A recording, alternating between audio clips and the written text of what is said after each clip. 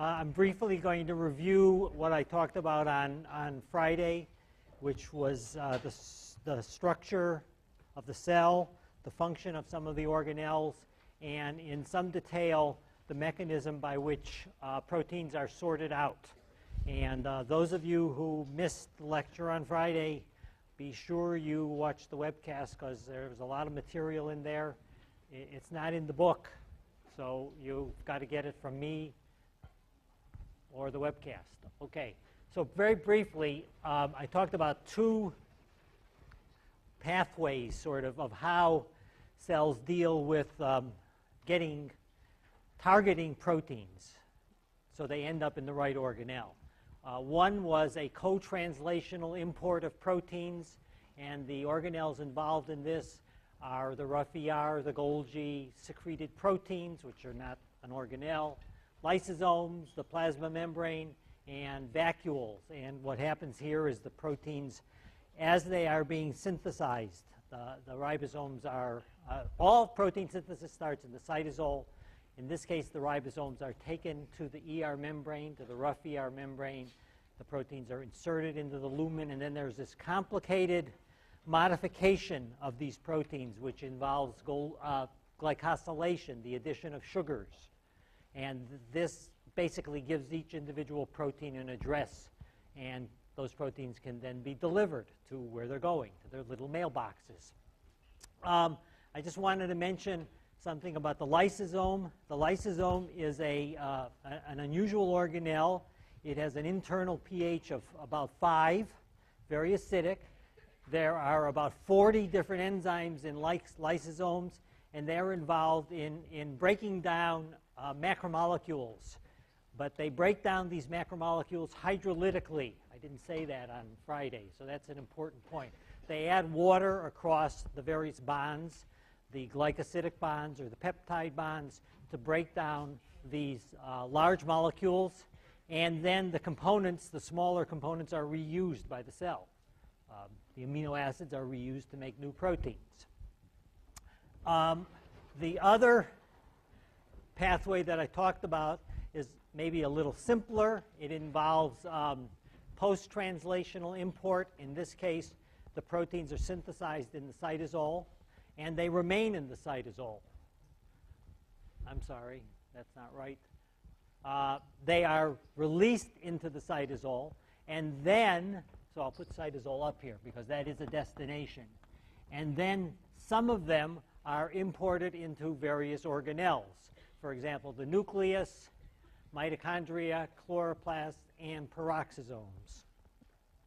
So it's not a co-translational process, it's a post-translational process.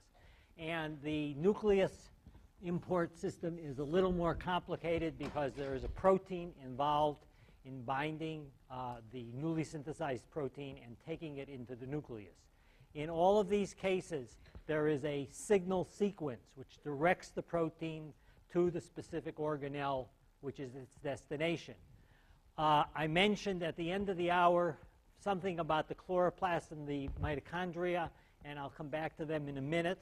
In terms of what they do, these are what we call energy converting or energy transducing organelles. So they make ATP, and we will talk about how they make ATP in some detail over the last sort of 2.5 weeks of the lectures. The other organelle that I want to mention is the peroxisome. The peroxisome is an organelle that's involved in the oxidative degradation of fats and toxic compounds. It depends on what kind of cell, where the peroxisome is. For example, liver cells, detoxification is very important. So they are removing materials that can be or are dangerous to the cell. They do this in an oxidative process, not a hydrolytic process. So there's two different things going on between a lysosome and a peroxisome. And the two reactions involved in this detoxification process are a reaction of the compound, so this is the presumed toxic compound, with molecular oxygen to produce a less toxic product, and hydrogen peroxide. This is hydrogen peroxide. Now, hydrogen peroxide itself is a fairly bad compound to have around in cells. It's a very It's a very strong oxidizing agent, and it's not anything you want to have in a cell environment. So what peroxisomes have in them is a very high concentration of an enzyme called catalase, and the function of catalase is to react the hydrogen peroxide with another compound, R prime. Various compounds can function here to produce water as the product. So if you look at electron micrographs in the book or elsewhere, you will often see within the peroxisome a grid-like structure. It looks like a screen. And there's some organized structure in there, and that structure represents catalase. There's so much catalase in a peroxisome that it often forms a semi-crystalline array. So both lysosomes and peroxisomes are involved in breaking down things, but they do it by different methods. That was the point I wanted to make. Okay, coming back to what I was talking about at the end of the hour, which were chloroplasts and mitochondria. I'm not going to talk about the internal structure of these organelles because we'll do that later.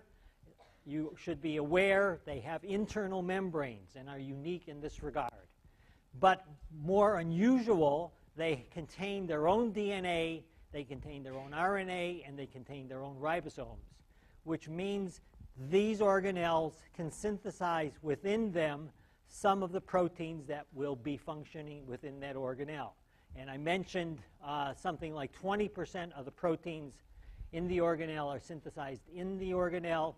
80% are synthesized on free ribosomes out in the cytosol and transported into the organelle.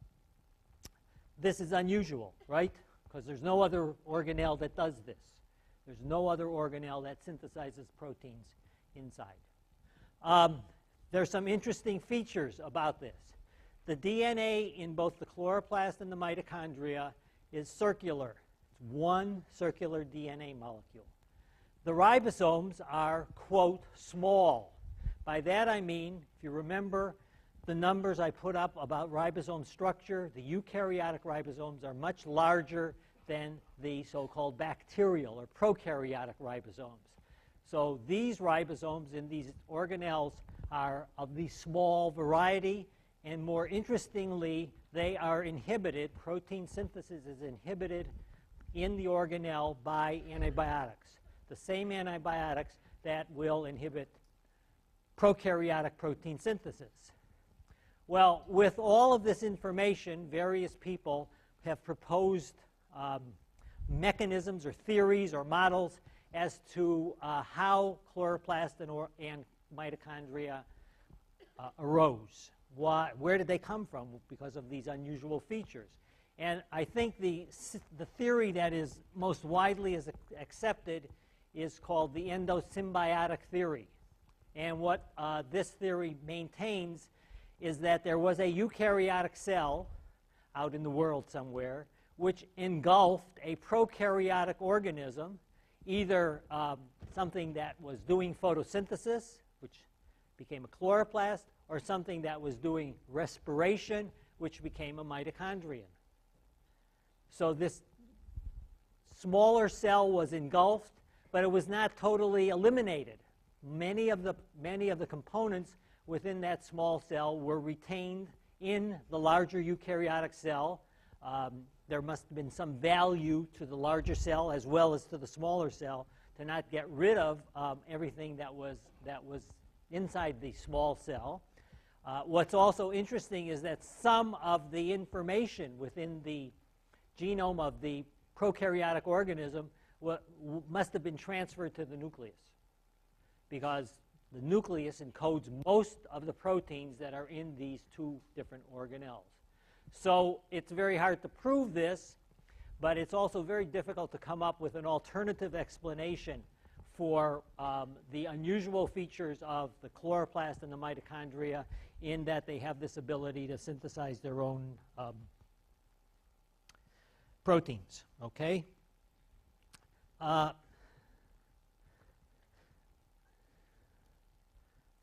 The last thing I want to point out to you, or just mention to you, is I'm not going to talk about any of the other components that are in the cell. The ones in particular that I'm not going to talk about are components associated with what's called the cytoskeleton.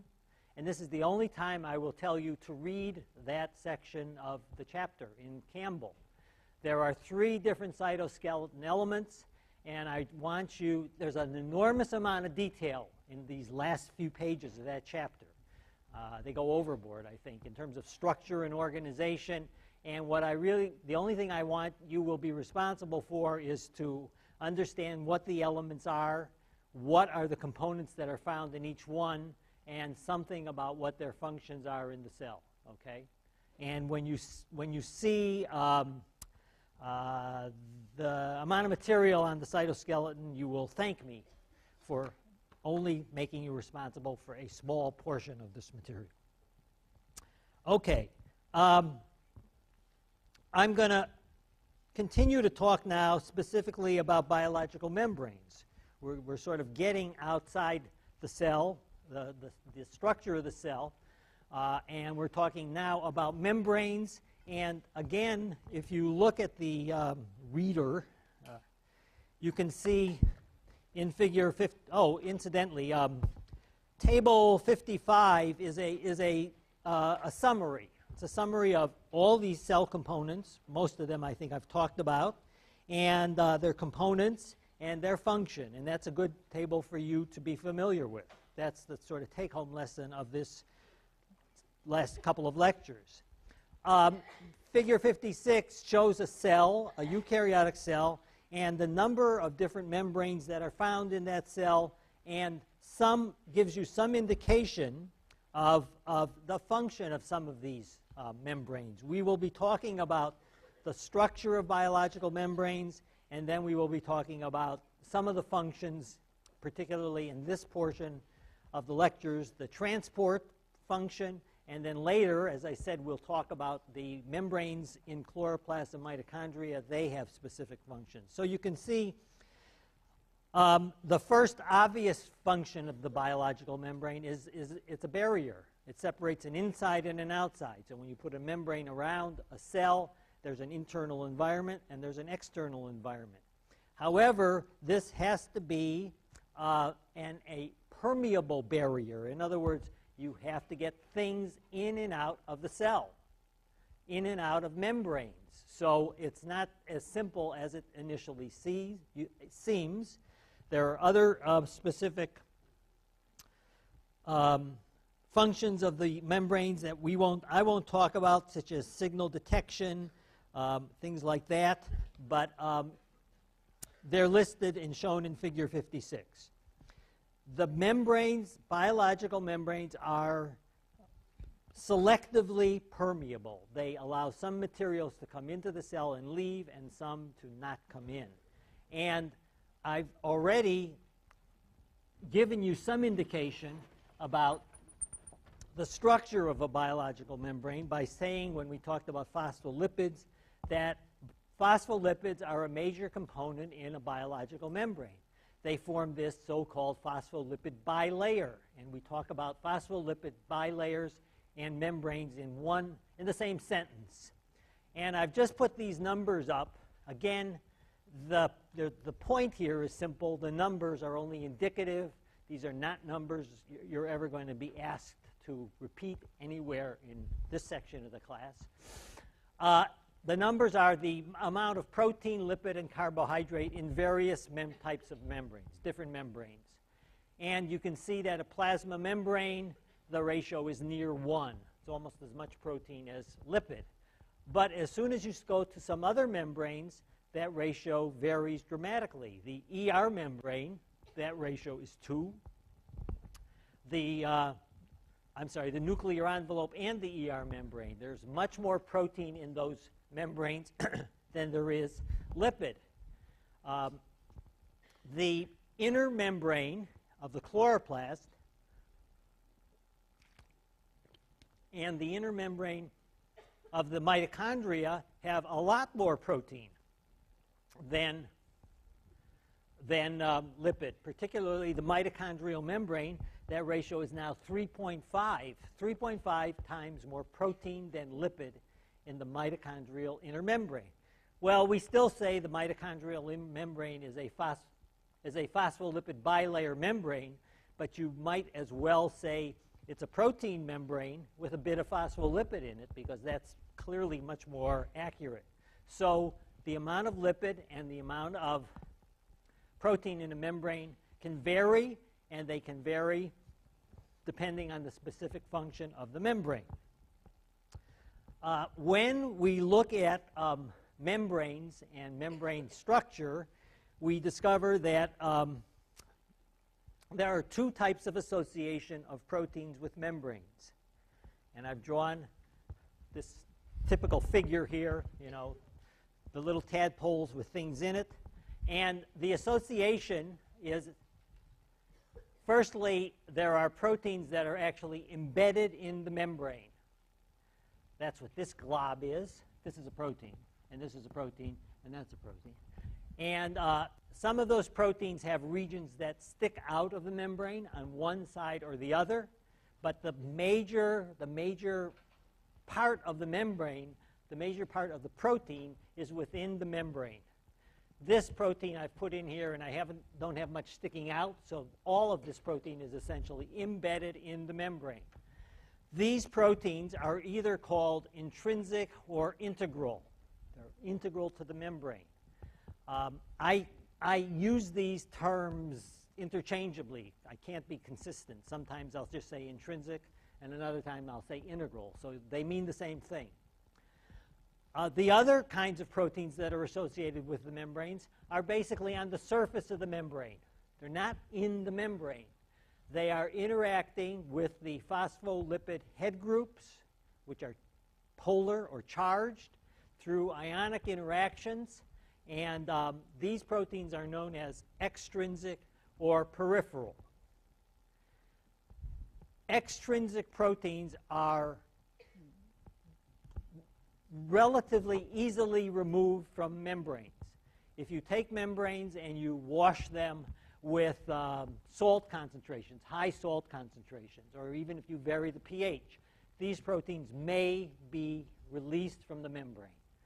The integral proteins are tightly bound to the membrane, and the interaction keeping those proteins in the membrane is a hydrophobic interaction between portions of the protein and the phospholipid side chains. These proteins are not easily removed from the membrane, and in fact, generally, to remove them from the membrane, you have to destroy the membrane, and we'll talk about how you do that. The fact that these proteins are so tightly bound to membranes has made it very difficult to study them. So our understanding of membrane protein structure, particularly of the integral proteins, lags far behind our understanding of the structure of the so-called water-soluble globular proteins that one finds in the cell. If you look at figure 57, that is essentially an amplification of what I've drawn here. It shows the various ways you can have integral proteins within a membrane. Some of them cross the membrane one time, such as B, single-pass protein, and some of them cross the membrane many times, such as C or D. And then there are regions that stick out on some proteins and regions that don't stick out. So there are a lot of different ways membrane proteins are in the membrane. The most widely accepted model for the structure of a membrane, a biological membrane, is something, I'm going to erase something, okay? And I think this point that I made is pretty simple, and you don't have to look at these numbers anymore.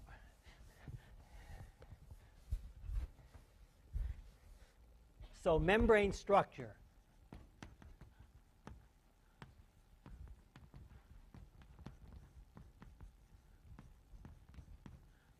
A model put forth by two biochemists down in San Diego in the 1970s, Singer and Nicholson.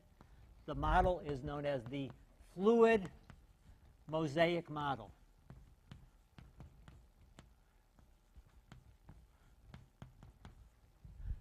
And if you look at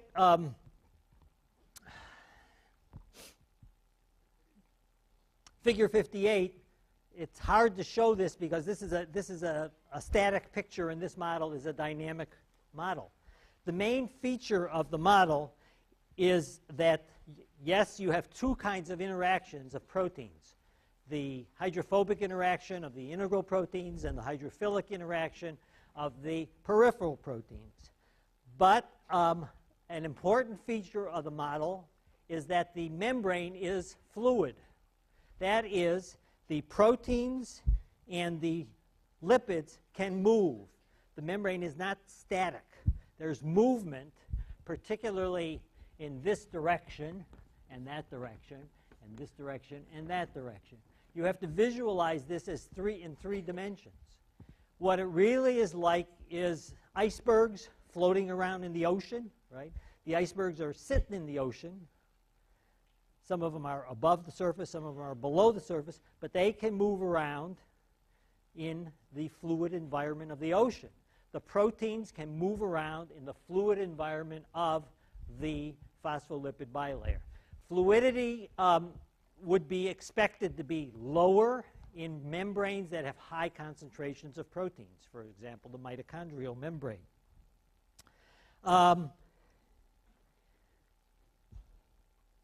If you lower the temperature of a membrane, you start to basically freeze out this movement. If you look at lipids, you can see in figure 59 and 60, this relates back to what we were talking about before, phospholipids. It shows two kinds of phospholipids. It shows phospholipids that has a high concentration of unsaturated fatty acids, side chains. That's shown, the best model is figure 60, the space-filling model. The lower portion of that figure are phospholipids that are, you can see there are unsaturated fatty acids. The upper one has saturated fatty acids. The packing in the upper one is tighter than the one with unsaturated fatty acids, which means a membrane that has a high concentration of saturated fatty acid is going to be less fluid than a membrane that has a lower concentration of saturated and a higher concentration of unsaturated fatty acids. And it's got to do with the packing of the lipids. And I like the figure 60 because I think you can see right there the difference in the actual structure of the molecules. In the top, the packing is tight. At the bottom, the packing is much looser. I have to deal with cholesterol, which is a bit confusing. Cholesterol is a component which is found in biological membranes in animal cells. Plants don't have cholesterol. If you probably don't remember the structure of cholesterol from an earlier figure, it's shown in figure 62. It's shown inserted into a membrane. The problem with cholesterol is it's difficult to predict whether it will increase or decrease the fluidity of a membrane. It's a temperature-dependent effect. If you look at figure 62, you might say, well, cholesterol is stuck in between. You know, it's like in here, and it's in here, and it might disrupt the fluidity and make these membranes more fluid than if they were not, cholesterol was not there. It's not that simple, okay? I mentioned cholesterol because it is something that everybody has heard about and a lot of discussion of cholesterol and what it does. You should at least be aware it's found in membranes, and let's just say it affects fluidity in a rather complicated manner. How's that? That's called hedging.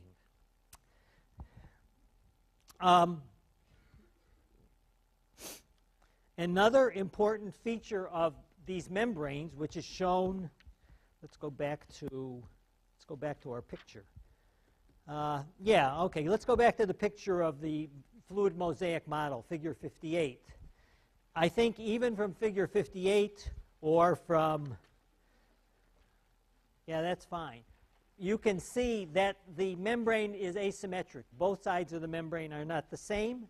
They're not the same for a number of reasons. One is the protein that sticks out on one side of the membrane may not stick out on the other, or it's going to be different from that. So that produces an asymmetry to the membrane. And also, the lipids have been found to be different on one face of the membrane to the other face of the membrane. So this nice way of drawing all these little tadpoles with all the tadpoles being the same, that's a gross oversimplification of membrane structure. Membranes are asymmetric, and this is important for some of the processes that we will talk about later, where there is the side of the membrane is important in the function of that particular membrane.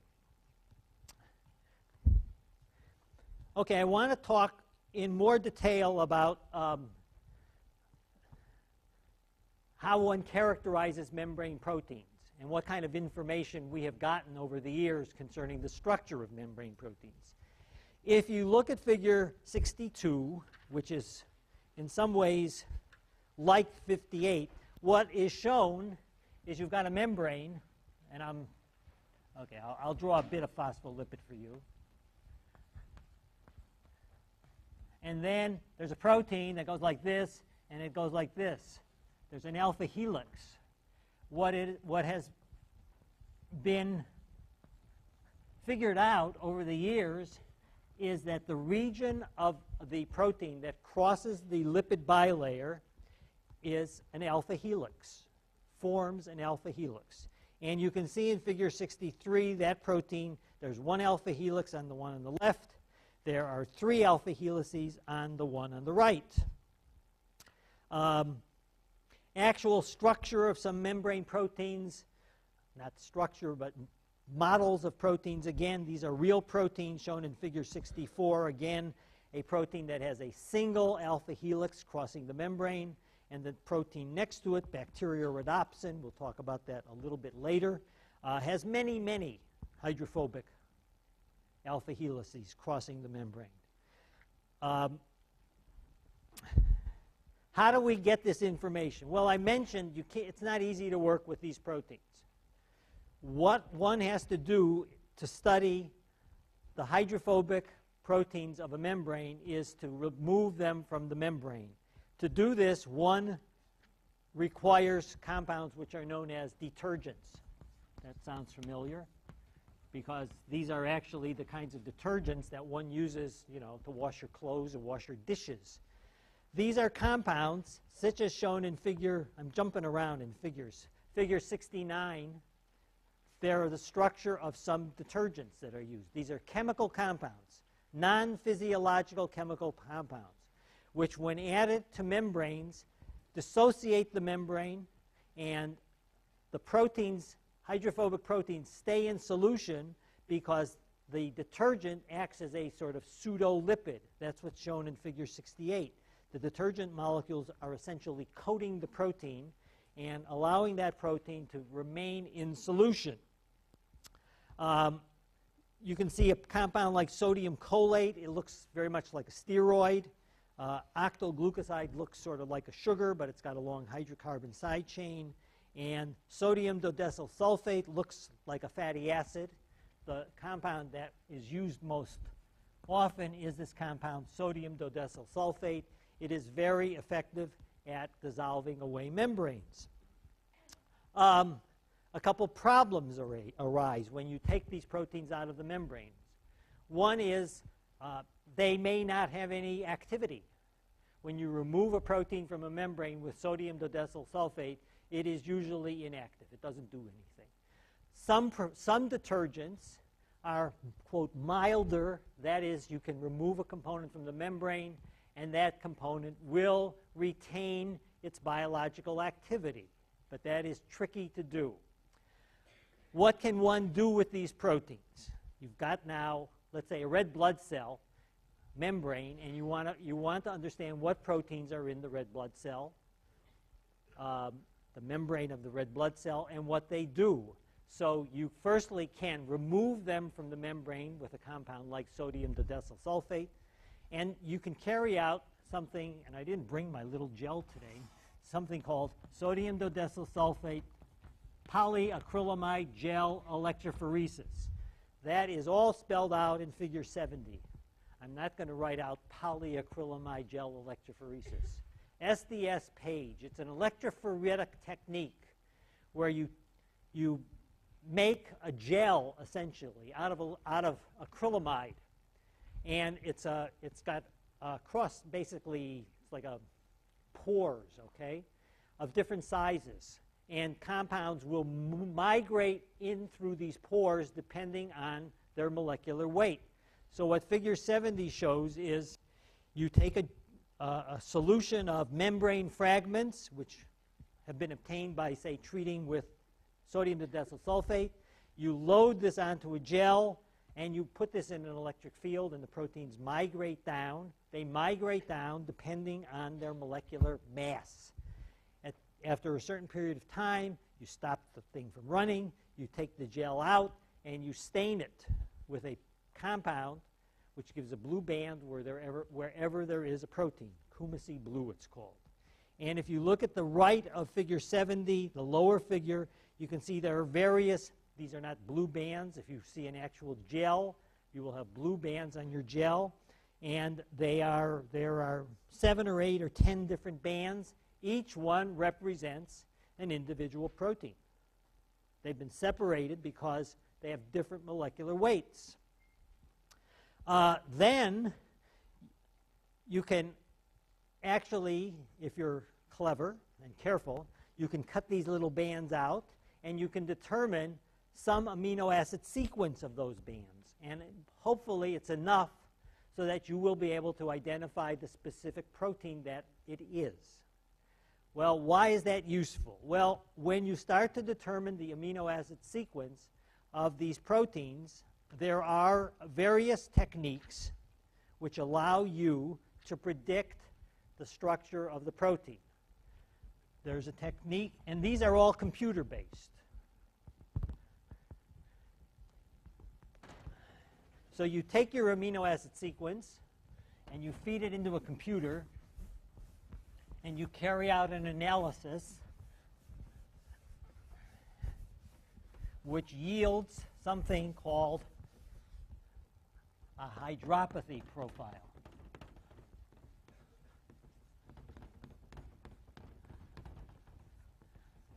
And a hydropathy profile essentially looks at the entire sequence, and it is based on the fact that the very hydrophobic amino acids are going to be in one region, the very hydrophilic amino acids are going to be in another region, and each amino acid is different. Even though it may be hydrophobic, some are much more hydrophobic than others. And you can get a program that will basically plot out the relative hydrophobicity or hydrophilicity of an individual protein. That's what is shown in figure 66. That's a hydropathic profile for a particular protein. There are some regions which are very hydrophobic. Those are shaded. There's 4 regions in this protein, actually, that are very hydrophobic. And then the rest of the protein, there's not much more of it, are fairly hydrophilic. But there are 4 regions. I think you can see those shaded regions. I'm talking about this figure. So this is hydrophobic.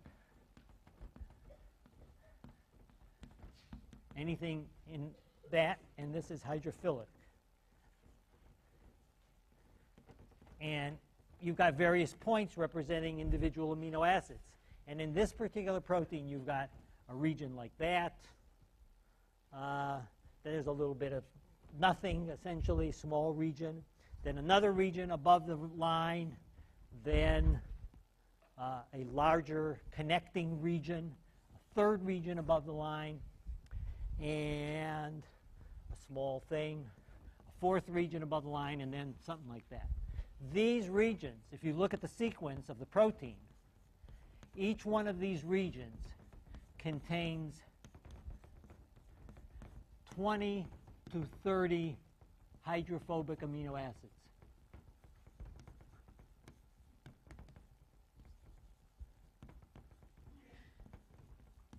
And the prediction is these represent the membrane spanning regions, or represent membrane spanning regions in this protein. So you take the graph at the top of figure 66 and you end up with a model which is shown in the below that, where there are 4 membrane spanning regions.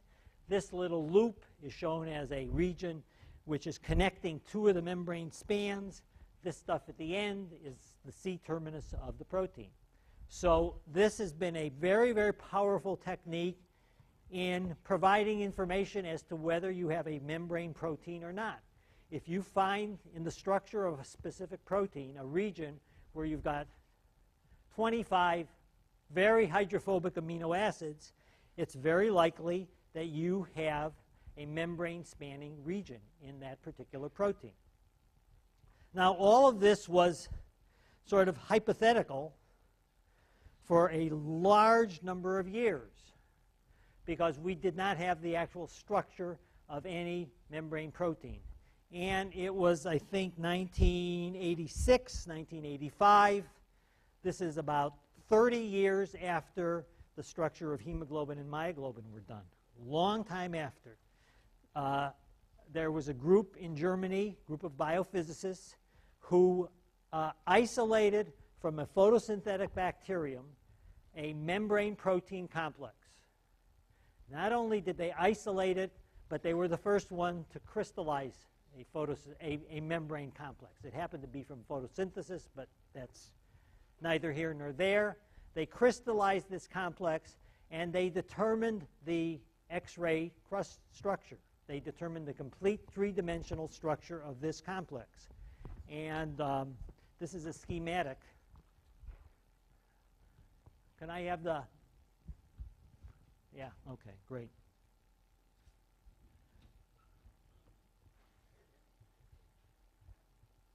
Can you see that well enough? I'll move it down a little bit. Okay, let me say a couple words about this. This work was done by Deisenhofer and Mikkel, Hartmut-Mikkel. These tubes represent membrane helices. There are 4 proteins in this complex.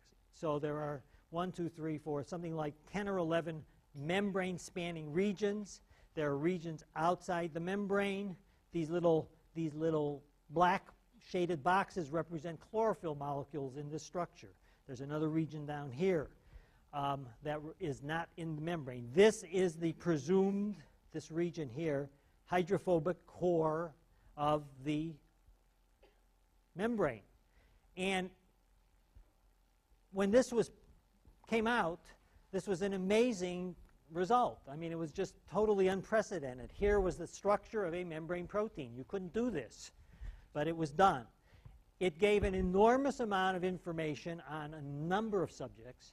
One, photosynthesis, which we'll talk about later. Much of our thinking about photosynthesis and how photosynthesis occurs was generated out of this structure when we had the actual structure of this complex, but also about membranes and membrane components. For example, I said that these interactions are hydrophobic, and there are these 25 or 30 amino acids that have been predicted to form membrane spans.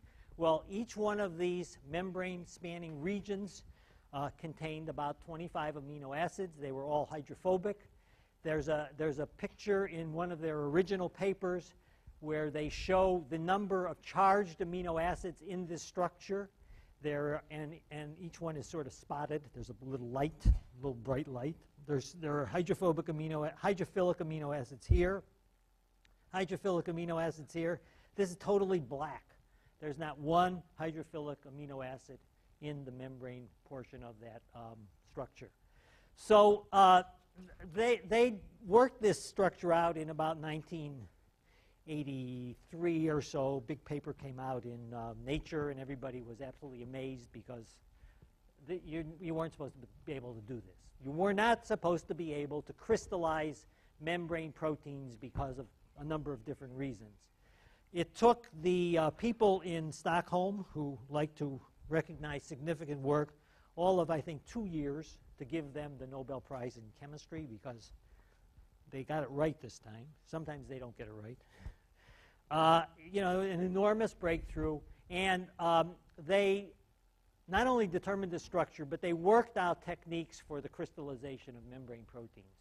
So that membrane proteins still, we don't have as much information as we do on soluble proteins, but we have maybe, I don't know, 50.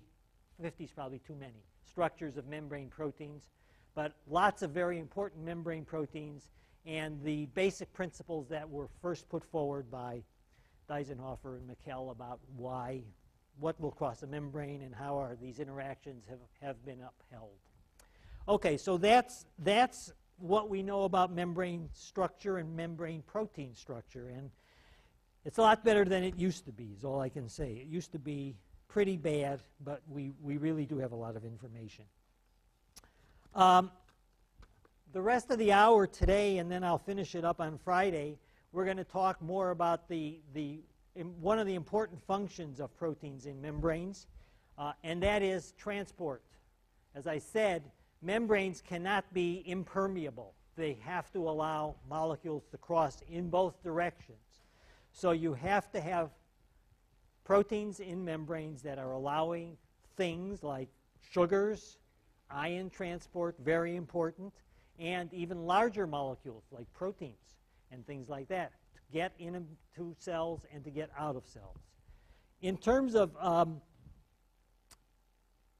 small molecules, which are metabolites like, let's say, sugars, amino acids, and ions, there's a very simple principle that's held in terms of what will cross a membrane.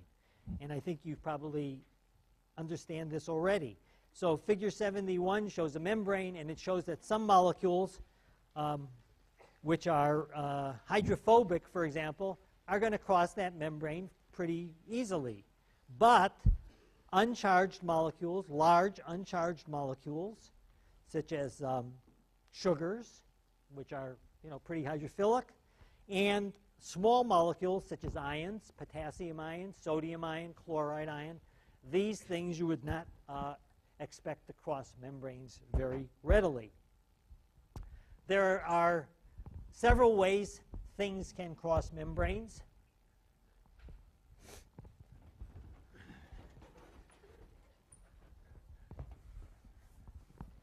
The first is simple diffusion. If I have a membrane, here's a membrane, and I have a high concentration of a solute on one side of the membrane and very little on the other side of the membrane, you know that these things will cross the membrane, and they will cross quickly if the molecule is hydrophobic, less quickly if the molecule is hydrophilic. The higher the concentration on one side, the faster they cross. So if I were to plot rate of movement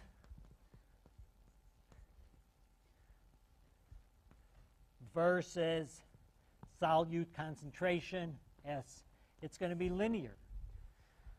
The more I have on one side, the faster it will go. But that's dependent on the property of the particular solute. Hydrophobic one will go very fast. So that is called simple diffusion. Right?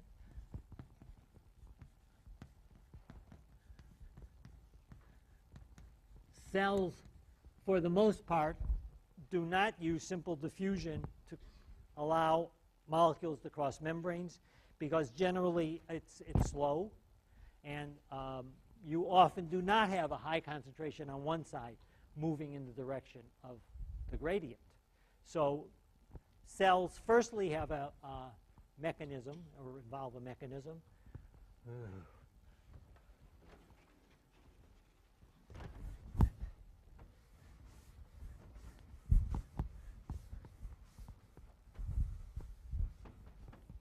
Which we will call facilitated diffusion.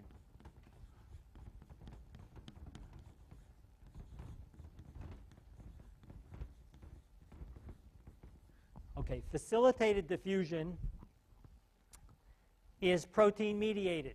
The facilitators here are proteins. So it involves proteins, protein mediated.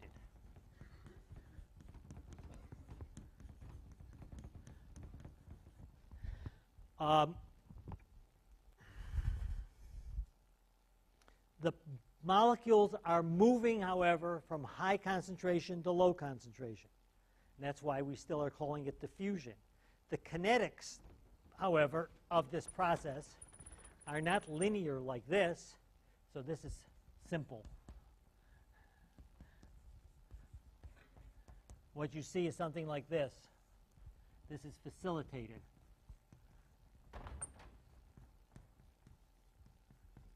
So that's the way facilitated diffusion works versus simple diffusion.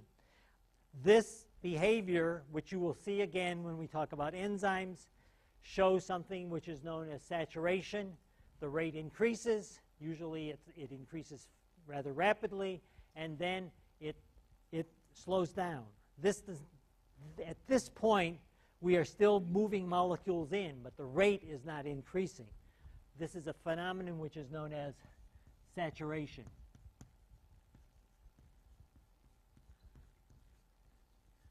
And these curves show saturation behavior because you have a fixed number of molecules in a membrane. Let's say we're transporting glucose into the cell. There are a fixed number of protein molecules that can transport glucose. So when you start off at low concentrations of solute, the reaction occurs quickly. You have a lot of protein and very little solute. But when you go up in concentration, you get to a point where every protein molecule is working. So by increasing the solute concentration, I'm not going to get any increase in rate. This is similar to what we'll talk about when we talk about enzymes. So you see it now, and you're going to see it next week as well. If you look at figure 73, you can see that that summarizes the kinds of protein molecules that are involved in facilitated diffusion and another kind of transport. You can have molecules which are called carriers, where the molecule being transported actually binds to a protein in the membrane. That binding may cause the protein to change shape, and that allows that molecule to move across the membrane. There's some type of interaction. There are, however, channel-mediated diffusion processes where basically it's almost like the nuclear pore. I said the nuclear pore is a hole in the membrane. A channel is a hole in the membrane, and the hole can be of various sizes. You can have a big hole or a little hole. That's where the specificity for what gets transported comes from.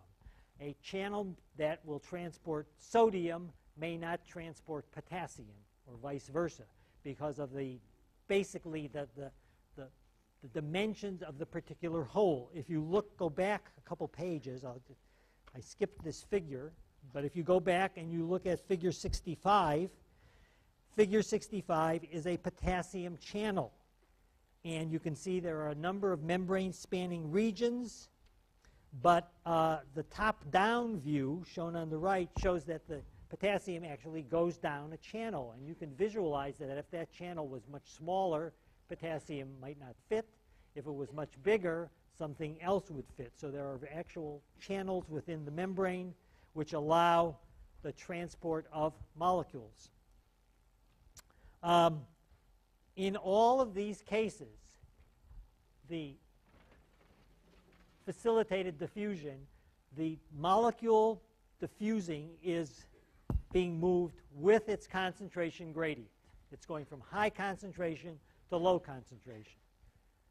On Friday, we'll talk about the situation where it's the opposite, where you have to move things against the concentration gradient. Much more complicated. Okay. The other organelle that I want to mention is the peroxisome. The peroxisome is an organelle that's involved in the oxidative degradation of fats and toxic compounds. It depends on what kind of cell, where the peroxisome is. For example, liver cells, detoxification is very important. So they are removing materials that can be or are dangerous to the cell. They do this in an oxidative process, not a hydrolytic process. So there's two different things going on between a lysosome and a peroxisome. And the two reactions involved in this detoxification process are a reaction of the compound, so this is the presumed toxic compound, with molecular oxygen to produce a less toxic product, and hydrogen peroxide. This is hydrogen peroxide. For example, the nucleus, mitochondria, chloroplast, and peroxisomes. So it's not a co-translational process, it's a post-translational process. And the nucleus import system is a little more complicated because there is a protein involved in binding the newly synthesized protein and taking it into the nucleus. In all of these cases, there is a signal sequence which directs the protein to the specific organelle, which is its destination. I mentioned at the end of the hour something about the chloroplast and the mitochondria, and I'll come back to them in a minute. In terms of what they do, these are what we call energy converting or energy transducing organelles. So they make ATP. And we will talk about how they make ATP in some detail over the last sort of 2.5 weeks of the lecture. Not an organelle. Lysosomes, the plasma membrane, and vacuoles. And what happens here is the proteins, as they are being synthesized, the ribosomes are, all protein synthesis starts in the cytosol. In this case, the ribosomes are taken to the ER membrane, to the rough ER membrane. The proteins are inserted into the lumen, and then there's this complicated modification of these proteins, which involves glycosylation, the addition of sugars. And this basically gives each individual protein an address, and those proteins can then be delivered to where they're going, to their little mailboxes. I just wanted to mention something about the lysosome. The lysosome is an unusual organelle. It has an internal pH of about 5, very acidic. There are about 40 different enzymes in lysosomes, and they're involved in breaking down macromolecules. But they break down these macromolecules hydrolytically. I didn't say that on Friday, so that's an important point. They add water across the various bonds, the glycosidic bonds or the peptide bonds, to break down these large molecules, and then the components, the smaller components, are reused by the cell. The amino acids are reused to make new proteins. The other pathway that I talked about is maybe a little simpler. It involves post-translational import. In this case, the proteins are synthesized in the cytosol, and they remain in the cytosol. I'm sorry, that's not right. They are released into the cytosol, and then, so I'll put cytosol up here because that is a destination. And then some of them are imported into various organelles.